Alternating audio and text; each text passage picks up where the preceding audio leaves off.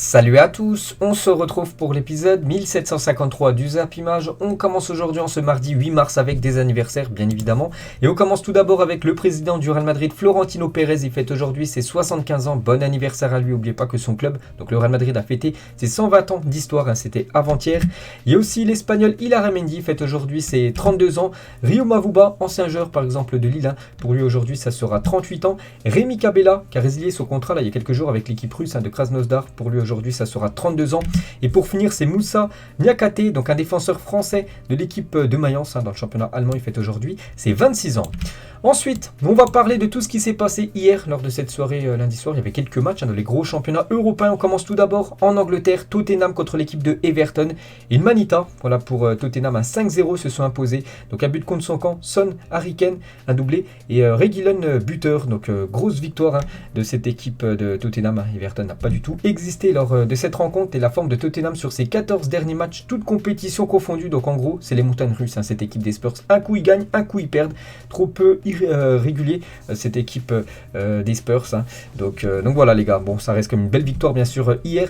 Et Harry Kane dépasse Thierry Henry. Pourquoi? Parce que hier il a inscrit un doublé. Donc il est à 174 buts en première ligue, donc vu qu'il en a inscrit 2, donc 176 buts, et du coup avec 176 buts inscrits en première ligue, Harry Kane dépasse la légende Thierry Henry. Regardez les meilleurs buteurs de l'histoire du championnat anglais. Donc du coup maintenant Harry Kane un but devant Thierry Henry qui a 175, donc il a un but maintenant en retard par rapport à Frank Lampard 177. Donc voilà, d'ici la fin de la saison bien sûr il devrait battre le record de Frank Lampard et peut-être même se rapprocher du record de Sergio Aguero à 184. Donc le record c'est toujours Alan Shearer, un ancien attaquant par exemple de Newcastle, qui avait marqué 260 buts dans le championnat anglais.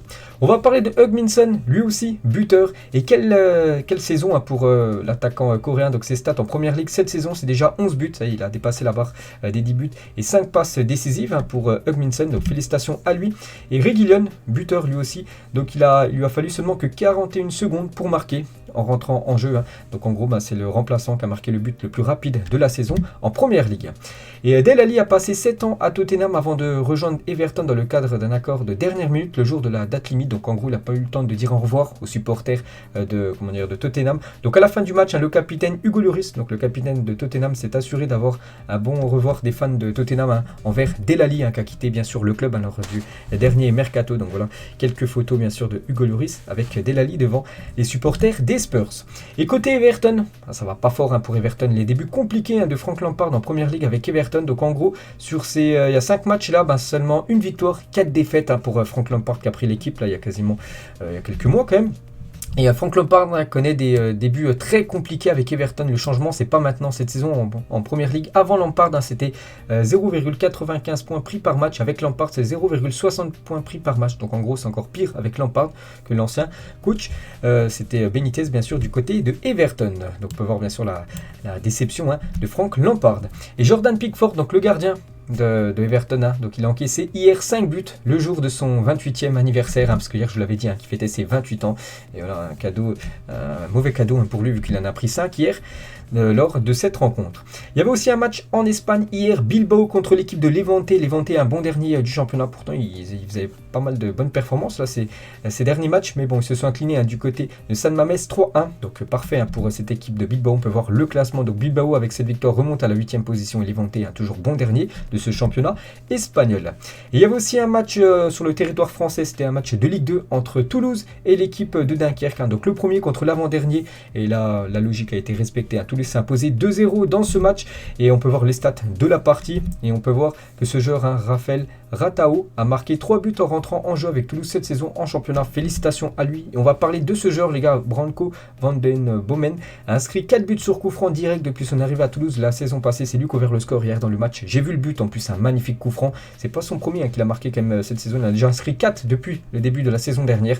Un sacré tireur de coup franc, ce joueur qu'on verra certainement jouer la saison prochaine en Ligue 1. Pourquoi? Parce que Toulouse actuellement en première position, donc il reste 11 journées en Ligue 2, et voilà, ils ont beaucoup de points d'avance quand même sur la 3e place, c'est les deux premiers bien sûr qui montent en Ligue 1. Donc Toulouse est bien parti pour retrouver la première division française. Et concernant Dunkerque qui s'est fait battre hier, toujours avant-dernier de cette Ligue 2, attention parce qu'il pourrait descendre en National 1. On va parler maintenant de ce qui se passe aujourd'hui. Vous savez, c'est le retour de la Ligue des Champions. Regardez le programme pour ce soir. Donc il y aura le Bayern Munich contre l'équipe de Salzbourg au match aller. N'oubliez pas qu'il y a eu un partout entre ces deux équipes. Et aussi Liverpool qui reçoit l'Inter Milan au match aller. Liverpool s'est imposé 2-0 du côté de San Siro. Donc là cette fois-ci c'est à Anfield. Donc on commence tout d'abord avec ce Liverpool-Inter. Le danger, tout le monde le connaît. 2-0, c'est le score qui a été renversé le plus souvent dans l'histoire du football. Donc voilà ce qu'a dit Jürgen Klopp hier en conférence de presse avant ce match ce soir. Il faut faire attention bien sûr. C'est pas que tu t'es imposé 2-0 à l'aller que tu es sûr de passer pour les quarts de finale. Et il a aussi dit l'Inter, c'est impressionnant, je pense qu'ils ont gagné 5 ou 6-0 en championnat, c'était bien 5-0 il y a quelques jours contre Salernitana, où ils étaient derniers du classement, mais Lautaro a marqué, Dzeko a marqué, Gosens est de retour, ils ne viendront pas ici pour faire du tourisme, et nous on n'est pas une équipe qui défend le résultat, on va attaquer les deux. Donc voilà, ce soir bien sûr Liverpool ne va pas se contenter du 2-0 au match aller, ils vont essayer de gagner le match, essayer de marquer le plus de buts possible contre cette équipe de Milan. Il a aussi dit, j'ai regardé l'Inter le week-end dernier, et je peux dire qu'heureusement que Barella est suspendu pour le match ce soir. N'oubliez pas que Barella avait loupé le match aller, il loupera aussi ce match ce soir, vu qu'il avait été suspendu. Et concernant le coach de l'Inter, Inzaghi, nous allons affronter une grande équipe de Liverpool, ça sera un match difficile ce soir, mais l'équipe est extrêmement motivée. L'important et l'essentiel, c'est de marquer un but en première période, pour pouvoir y croire, et bien sûr ne pas encaisser deux buts. Donc voilà les gars, ce gros match ce soir, Liverpool, Inter Milan. Et dans l'histoire, on peut voir qu'il y a eu 5 matchs entre Liverpool et l'Inter, donc on peut voir quand même que les stats sont plus en faveur de Liverpool. 4 victoires pour Liverpool, 1 victoire pour l'Inter, 8 buts inscrits pour Liverpool, 4 pour l'équipe de l'Inter Milan. Et quelques photos du match aller, bien sûr, où ça a été un match comme fermé, mais bon, c'est Liverpool qui a été plus efficace, bien sûr, que les Italiens. Et aussi le match, je l'ai dit, Bayern contre l'équipe de Salzbourg. Thomas Müller est en conférence de presse hier avec le coach. Bien sûr, nous ne pensons que nous allons, pensons pas que nous allons écraser Salzbourg. Lors du premier match, le RB Salzbourg a montré ce dont ils étaient capables, notamment grâce au soutien de ses supporters. Le match ne s'est pas bien passé pour nous. N'oubliez pas que le Bayern a égalisé grâce à Kingsley Coman à la 90e minute de jeu, donc en gros dans les dernières secondes de la partie. Il a aussi dit, nous devons et voulons continuer. Si nous y parvenons, la saison peut devenir une très bonne saison. Si nous sommes éliminés, la saison ne sera évidemment pas rose pour le FC Bayern Munich, qui pourrait sortir déjà dès les huitièmes de finale. Et Nagelsmann, il a dit Salzbourg ferait bien dans la Bundesliga allemande, bien sûr, mais je ne peux pas dire qu'il serait un candidat pour le championnat. Ils ont beaucoup de jeunes joueurs talentueux. Salzbourg est une équipe dangereuse qui exigera tout de nous. Donc voilà les gars, les petites infos concernant ce match ce soir. Et toujours avec Nagelsmann, il a indiqué que Manuel Neuer ferait son retour dans les cages du Bayern Munich ce soir, sauf s'il a un problème, à son genou. Donc il avait été forfait lors des derniers matchs, parce qu'il avait été opéré du genou, et ce soir il devrait faire son retour. Le gardien allemand. Et concernant Alphonso Davids, les gars, on n'entend plus du tout parler d'Alphonso Davids, parce que vous savez que je vous ai dit qu'il avait un problème au cœur. Je vous ai dit ça il y a quelques semaines quand même. Donc il est toujours complètement inactif et n'a encore repris aucun type d'entraînement. Donc c'est pour ça qu'actuellement c'est toujours pas quand on reprendra l'entraînement et la compétition. Le joueur Alphonso Davids qui a des problèmes cardiaques. Et le programme de cette semaine, donc on a parlé des 2 matchs ce soir, et bien sûr demain, il y a 2 gros matchs, donc Manchester City Sporting, Manchester City est bien parti, bien sûr, avec une victoire 5-0, on voit pas comment le Sporting pourrait éliminer cette équipe de City pour le match retour, mais il y a surtout ce Real Madrid Paris Saint-Germain, et regardez la une journal l'équipe aujourd'hui, donc attendu comme le Messi, donc pour s'offrir un quart de finale, le PSG aura besoin d'un Léo Messi en très grande forme, à l'image de ce qu'il montrait avec le Barça face au Real Madrid à Bernabeu, donc il a marqué quand même beaucoup de buts. Il a mis pas mal de clim du côté du Bernabeu, Léo Messi quand il jouait du côté du Barça. Maintenant à voir ce qu'il va faire demain avec son nouveau club du Paris Saint-Germain. Et là une autre journal, le Parisien aujourd'hui, donc ça parle de ce qui se passe dans l'actualité, mais en haut surtout par rapport au foot, Mbappé touché, frayeur maximale, et ça c'est une info complètement folle, c'est simplement une catastrophe. Pourquoi? Parce que Mbappé très incertain pour le match de demain, incroyable. Donc il a été victime d'un coup à un pied ce lundi matin, donc c'était hier à l'entraînement. Il est très incertain pour le 8e de finale retour de la Ligue des Champions face au Real Madrid. Donc en gros, c'était à l'entraînement. Voilà, il y avait un entraînement et c'est Idrissa Gueye, donc le joueur sénégalais, qui lui a mis un coup. Donc voilà, quelques faux. J'ai vu la vidéo, donc je vous montre des screenshots. Donc en gros, voilà, on peut voir qu'il lui a mis une semelle sur son pied gauche. Donc Mbappé après s'est roulé directement au sol. Voilà, ça a été quand même fort. Voilà, ça a été quand même sec, bien sûr, ce coup. Donc c'est pas bon. N'oubliez pas que demain, comme le PSG joue contre l'équipe du Real. voilà, son meilleur joueur peut-être est blessé. Et le point médical, hein, ça c'est sur le Twitter officiel hein, voilà, du Paris Saint-Germain, ils disent hein, par rapport à Mbappé. Donc Mbappé a reçu un choc sur le pied gauche à l'entraînement aujourd'hui. Il a effectué des soins cet après-midi. L'examen clinique est rassurant. Et un nouveau point sera fait dans 24 heures hein, pour savoir sa situation voilà, concernant Mbappé. Donc pour l'instant, bah, voilà, c'est incertain. On ne sait pas s'il sera disponible ou non. Kylian Mbappé, on peut voir aussi qu'il y a deux autres joueurs comme Ramos et Ander Herrera, hein, ces deux joueurs sont bien forfaits hein, pour le match demain, mais bon, voilà, Mbappé est dans le point médical, et ça c'est pas bon, hein, bien sûr, surtout la veille d'un grand match de Champions League.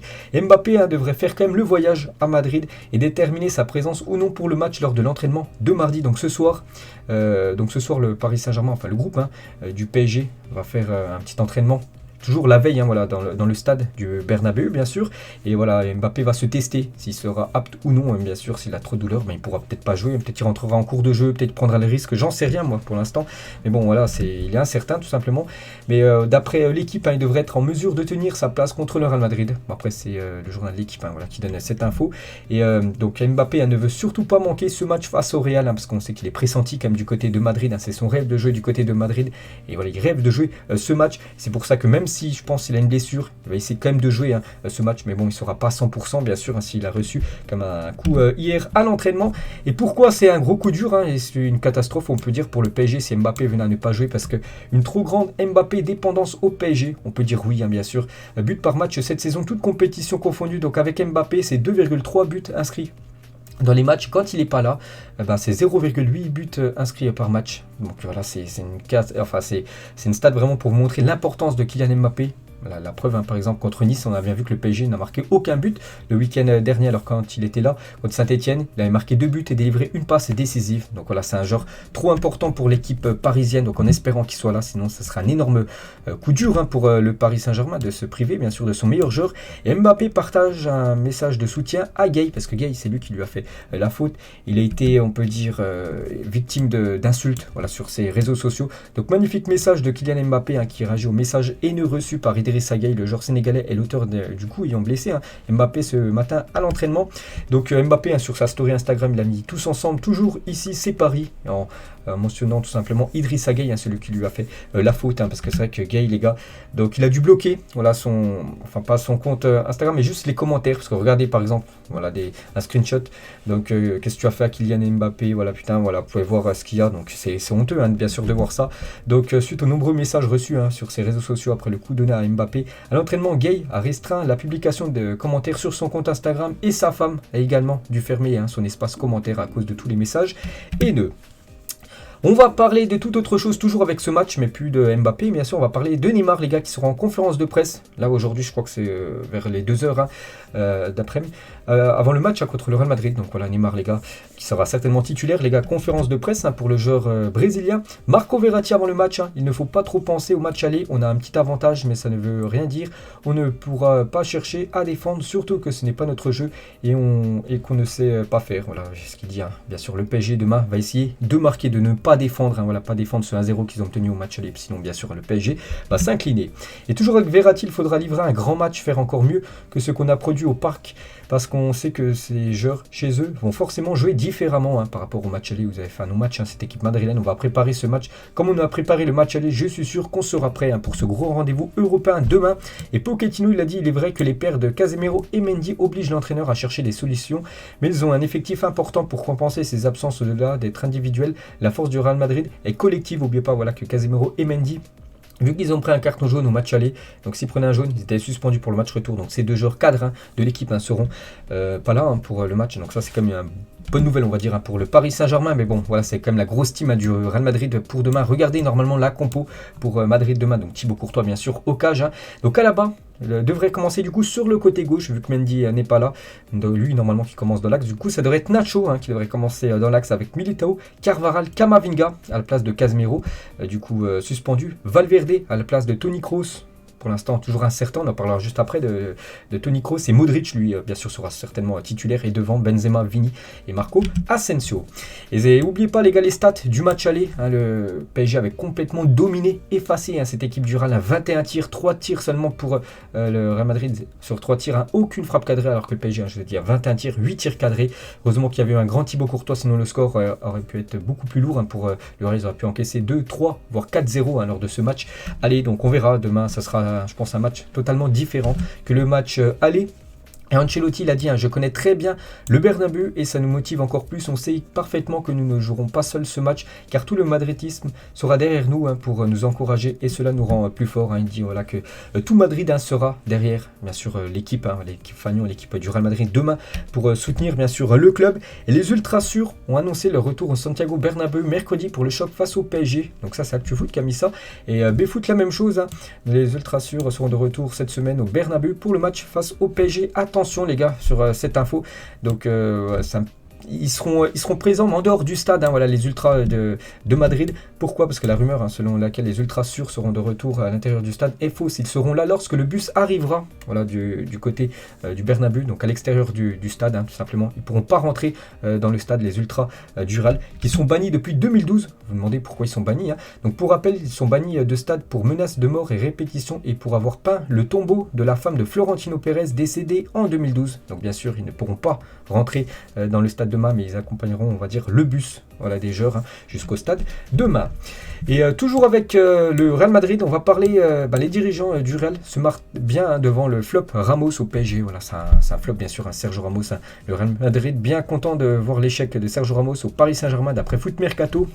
Donc Madrid a rapidement compris que le physique de son défenseur ne suivrait plus, ce qui s'est confirmé à Paris. D'ailleurs, l'équipe révèle que la Casablanca se frotte bien les mains en voyant l'échec Ramos au PSG, confortés dans leur décision de s'être séparés d'un contre-pouvoir trop important et pas surpris de voir leur ancien joueur ramer autant en France. Les dirigeants espagnols ne cachent pas leur satisfaction d'avoir refilé en gros la patate chaude au Paris Saint-Germain. Et demain, les Madrilènes savent qu'ils n'auront pas à craindre d'une revanche de leur ancien protégé sur leur pelouse, vu qu'il est forfait. J'ai dit Sergio Ramos, mais sera peut-être bien présent les gars dans le groupe parisien. Donc Sergio Ramos a demandé au PSG de faire partie du voyage pour Madrid. N'oubliez pas que l'équipe du PSG s'envolait là ce matin les gars du côté de l'Espagne. Donc alors qu'il est blessé, donc il est forfait, mais il va bien faire le voyage avec le groupe. Et cette demande a été acceptée par le club. Donc voilà, il ne pourra pas jouer, mais il sera bien dans le groupe parisien Sergio Ramos. Concernant Paredes, il est remis de sa lésion musculaire et sera bien disponible face au Real Madrid. Pourrait même commencer titulaire les gars, peut-être Paredes. Donc je vous montrerai demain certainement la compo probable pour le PSG. Ça pourrait être Verratti, Paredes et peut-être Danilo Pereira ou Gay. Voilà, c'est entre les quatre. Il y aura 3 places bien sûr en milieu de terrain. Toujours sur ce match, donc Toni Kroos qu'on a parlé tout à l'heure. Donc hier, il était bien à l'entraînement. Toni Kroos, l'Allemand fait tout son possible pour être présent face au PSG. Mais bon, je pense pas que Carlo Ancelotti va prendre le risque. Concernant Toni Kroos qui a une blessure au ischio-jambier, donc voilà, il essaye, vraiment il tente le tout pour le tout, mais je pense que ça va être trop juste pour le joueur allemand.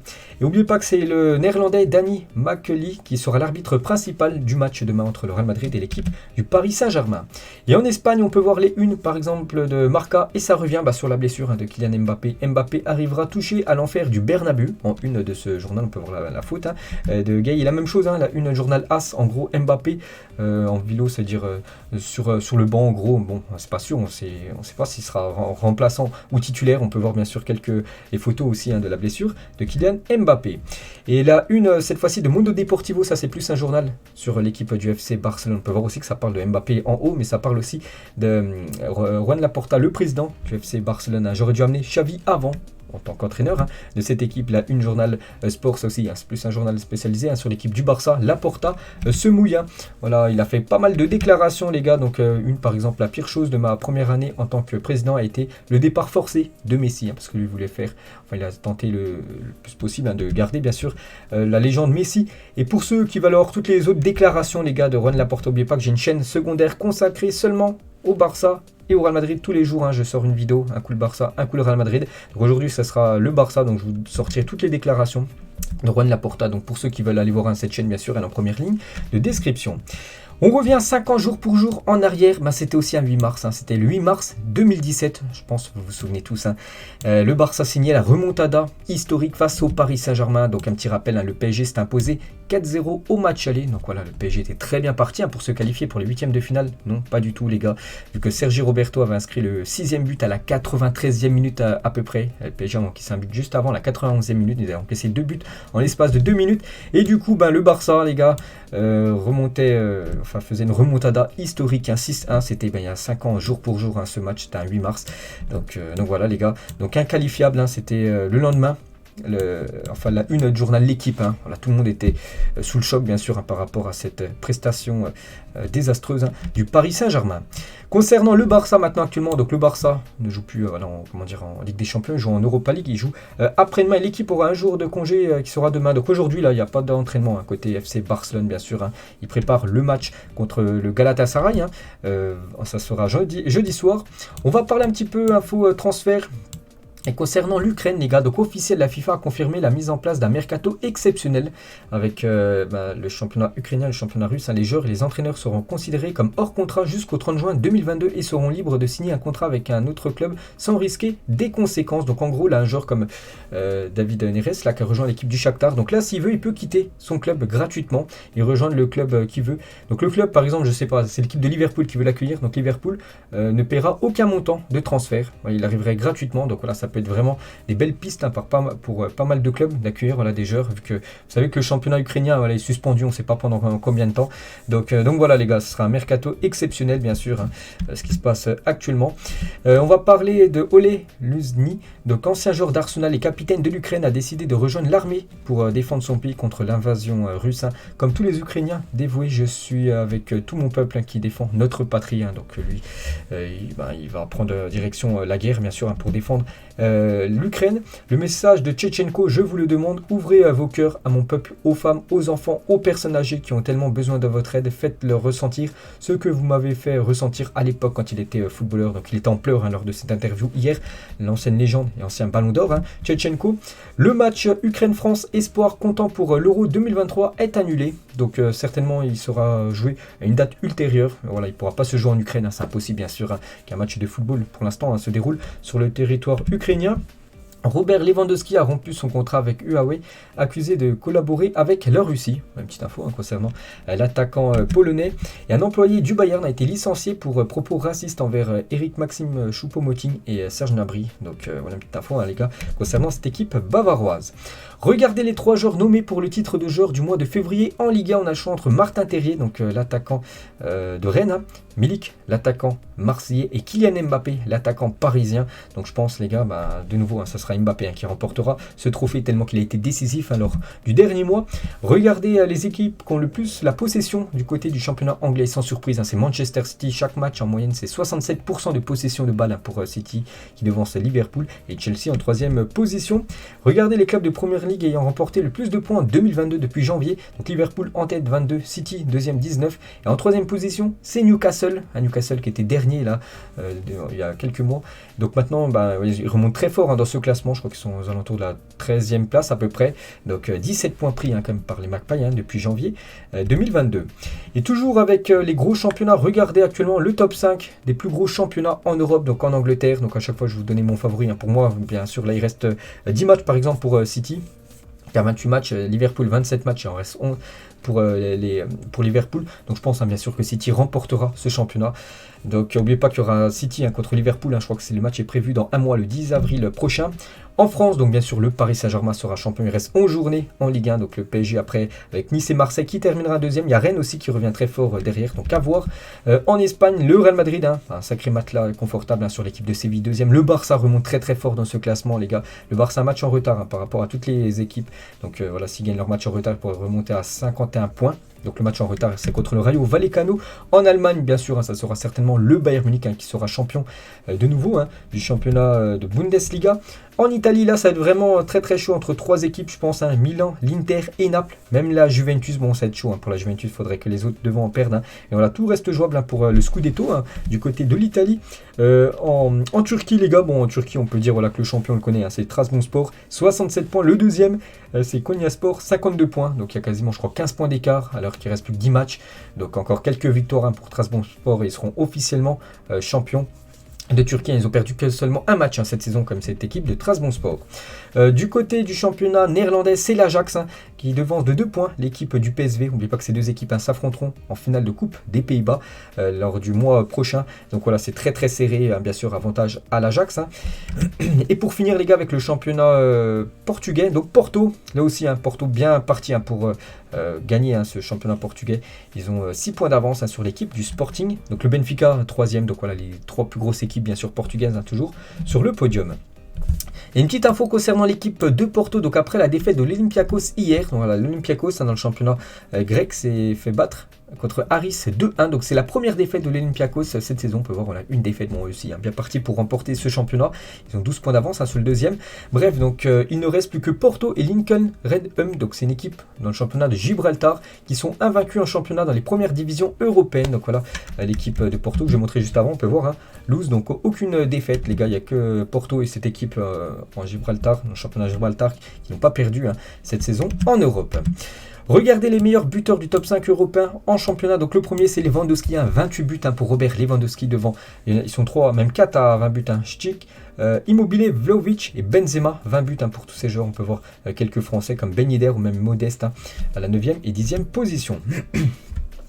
On va parler d'un pari les gars, un joueur qui a touché le jackpot, il a misé 1 euro, il a gagné 31 000 euros, incroyable, même quasiment 32 000.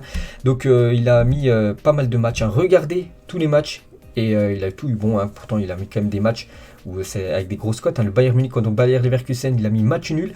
Il y a aussi Nîmes Paris FC, il a mis match nul aussi. Donc voilà, il fallait trouver. Alaves FC Séville, match nul. Il a trouvé aussi, je sais pas, voilà, on peut voir voilà, toutes les cotes qu'il a mis les gars. Donc c'est une Nice PSG. Il a mis la victoire de Nice, n'oubliez pas que Nice a marqué le but victorieux à la 88e minute, donc il a gagné quasiment 32 000 euros.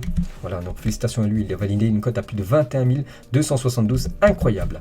Il y a 3 ans, jour pour jour, le Stade Rennais s'imposait 2-1 face à Arsenal en 8e de finale d'Europa League 1. Donc voilà une petite, quelques photos les gars de ce match, bien sûr, où Rennes avait puni l'équipe des Gunners. C'était il y a 3 ans, jour pour jour. Ralph Rangnick les gars, il a dit: mon médecin est venu me voir vendredi avant l'entraînement, il m'a dit que Ronaldo ne pouvait pas s'entraîner à cause de problèmes, son fléchisseur de hanche, et c'était la même chose samedi, et c'est pourquoi il ne pouvait pas faire partie de l'équipe. Voilà pourquoi Cristiano Ronaldo n'était pas dans le groupe de Manchester pour jouer le derby avant-hier, et il s'est bien envolé hier j'avais dit qu'il s'était du coup rendu au Portugal, c'est bien officiel, il s'est bien rendu au Portugal après son absence pour le derby de Manchester. Une décision qui a étonné le vestiaire mancunien au vu de l'importance de ce choc, parce que voilà, du côté de Manchester, on pensait quand même voir Cristiano Ronaldo, malgré qu'il soit blessé, au moins dans les tribunes pour soutenir ses coéquipiers. Et toujours avec Manchester United, la présence d'Harry Maguire dans le 11 de Manchester United hérite Eric Bailly qui souhaite quitter le club cet été, ça qui joue peu maintenant avec l'arrivée de Raphaël Varane, donc la défense centrale c'est Harry Maguire et Varane, et pour Eric Bailly, ça passe pas, voilà, tout simplement que Harry Maguire soit titulaire à la place de lui. Regardez aussi une photo de ce derby les gars, on a l'impression que c'est l'arbitre qui va tirer ce coup franc, où c'était Manchester City bien sûr qui l'avait obtenu. Quelques photos aussi de la journée de Premier League il y a quelques jours, le geste technique tenté par Cancelo, détourné par David Herral, le gardien de Manchester. On peut voir aussi la joie des joueurs de Brentford, on peut voir Christian Eriksen, le but de Brighton contre Newcastle, et on peut voir aussi la joie des joueurs des Gunners qui se sont imposés 3-2 ce week-end contre l'équipe de Watford. Officiel, Wesley Fofana prolonge avec Leicester jusqu'en 2027, lui qui a été blessé depuis pas mal de mois, il a repris l'entraînement il y a quelques jours, donc il prolonge son aventure du côté de Leicester, félicitations à lui. Wilfried Zaha, donc il a donné 10% de son salaire à une association, il a aidé financièrement l'équipe féminine de Crystal Palace quand elle avait des difficultés, il travaille avec des assos pour aider des enfants défavorisés après avoir été sans abri quand il avait 6 ans, vraiment une personne avec le cœur sur la main bien sûr. Wilfried Zaha, regardez, c'est officiel, la liste du Cameroun pour les barrages zone Afrique d'accession à la Coupe du Monde 2022. N'oubliez pas que le Cameroun affrontera l'Algérie, donc ça sera déjà Cameroun-Algérie, ça sera le 25 mars, et ensuite Algérie-Cameroun le 29 mars prochain. Là, dans une vingtaine de jours, on peut voir la liste des joueurs camerounais convoqués pour ces 2 matchs très très importants. C'est une finale bien sûr pour se qualifier pour la future Coupe du Monde. Et on finit aujourd'hui le débat du soir. Si vous êtes êtes entraîneur, quel serait votre duo de milieu de terrain parmi ces 6 légendes? On peut voir Makelele, Vieira, Xabi Alonso, Roy Keane. On peut voir aussi Xavi et Gattuso. Donc moi les gars, je ferai un choix, je prendrai comme Xavi, joueur espagnol, hein, tout en bas au milieu, et Vieira juste au-dessus de lui. Hein. Pour moi c'est mon choix, après n'hésitez pas à mettre le vôtre en commentaire. Donc voilà les gars, la fin de cet épisode, j'espère que ça vous a plu. On se retrouve demain les gars, on parlera bien sûr beaucoup de ce qui s'est passé ce soir en Ligue des Champions, et bien sûr on parlera aussi du gros match demain entre le Real Madrid et le Paris Saint-Germain. Bonne journée à vous et à demain.